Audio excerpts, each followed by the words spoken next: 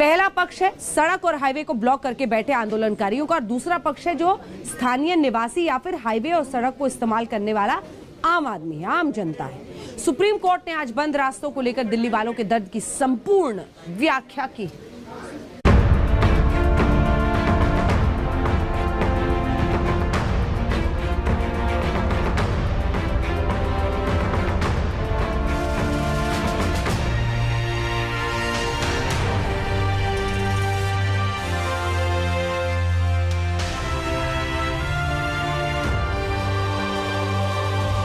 किसान आंदोलन पर आज देश की सबसे बड़ी अदालत की सख्त टिप्पणी आई।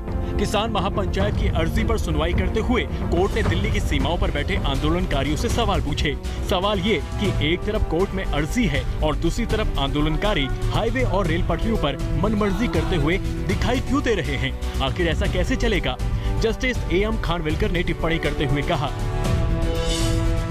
आपने पूरे शहर का दम घोट दिया है और अब आप शहर के भीतर आना चाहते हैं। आसपास रहने वाले क्या प्रोटेस्ट से खुश हैं? यह सब रुकना चाहिए। आप सुरक्षा और डिफेंस पर्सनल को रोक रहे हैं, यह मीडिया में है। सब कुछ रुकना चाहिए। एक बार जब कानूनों को चुनौती देने के लिए कोर्ट आ चुके हैं तो प्रोटेस्ट का कोई तर्क नहीं है।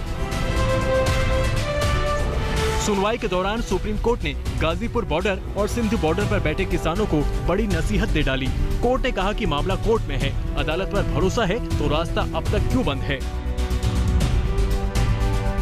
सत्याग्रह का क्या तर्क है? आपने कोर्ट का रुख किया है, अदालत में भरोसा रखिए। एक बार जब आप अदालत पहुंच गए तब प्रोटेस्ट का क्या मतलब है? क्या आप जुडिशियल सिस्टम के खिलाफ प्रदर्शन कर रहे हैं? सिस्टम में भरोसा रखिए।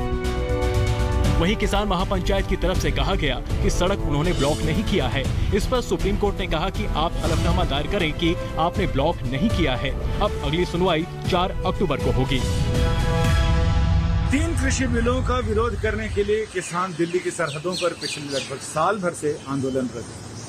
वहीं किसानों का एक संगठन सुप्रीम कोर्ट पहुंचा और उन्होंने कहा कि उन्हें जंतर मंतर पर प्रदर्शन करने की इजाजत दी जानी चाहिए। जस्टिस खानविलकर की अगुवाई वाली पीठ ने जब उनसे सवाल किए तो किसानों के लिए जवाब देना थोड़ा सा मुश्किल हो गया था उन याचिकाकर्ता किसानों के लिए। उनकी तरफ से सीनियर एडवोकेट अजय चौधरी ने ये कहा कि वो किसान नहीं है जो धरना दे रहे हैं और दिल्ली की सरहदों को जाम किया हुआ है।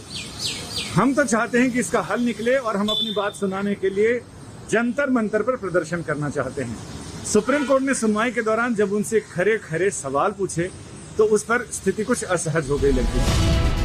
कोर्ट की टिप्पणी के बाद किसान महापंचायत के अध्यक्ष रामपाल जाट ने क्या कहा, सुनिए। हमारे आंदोलन का तरीका है सत्याग्रह, इसलिए हमने जो पुस्तक लिखी है वो भी सत्याग्रह पे लिखी है।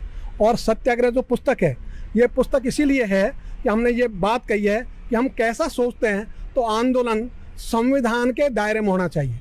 संविधान ने हमको आंदोलन करने का अधिकार दिया है, ये हमारा मूलभूत अधिकार है, लेकिन मर्यादाओं के साथ।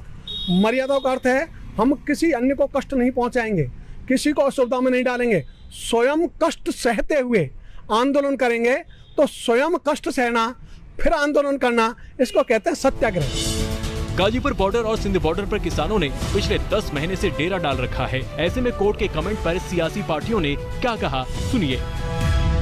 किसान आंदोलन के नाम पर आप बैठे हैं, नाना प्रकार के व्यंजन परोसे जा रहे हैं, आप आराम से बैठे हैं, AC भी लग गया है और लोगों को दिक्कत आ रही है। तो कम से कम सुप्रीम कोर्ट की इस टिप्पणी के बाद उनको सोचना चाहिए और उन विपक्षी नेता को जो वहां पर जाकर आंदोलन को बढ़ाने का काम करते हैं उनको भी सोचना चाहिए कि वो किसान आंदोलन के नाम पर लोगों को दिक्कत दुश्वारी क्या हो रही है। सुप्रीम कोर्ट की टिप्पणी के बाद तो कम से कम उनको इस बात का एहसास होना चाहिए।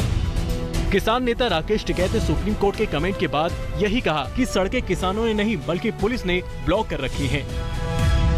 ना हमने हाईवे रोक रखे, हाईवे पुलिस ने ब्लॉक कर रखे, हमने नहीं कर रखे। सिंघू बॉर्डर पे भी गाड़ियां अंदर तक चल रही है। अगर आगे के बॉर्डर हटा दे तो गाड़ी आगे निकल जाएगी। वहां से गांव से होकर गाड़ी आ जाती है तो आगे निकल जाएगी। दरअसल कोर्ट की टिप्पणी किसानों के एक गुट किसान महापंचायत की अर्जी पर आई। अर्जी में दिल्ली के जंतर मंतर पर सत्याग्रह की इजाजत मांगी गई थी। अब 4 अक्टूबर को सुनवाई के दौरान कोर्ट की तरफ से क्या कमेंट आता है, ये देखना अहम होगा। संजय शर्मा, आज तक।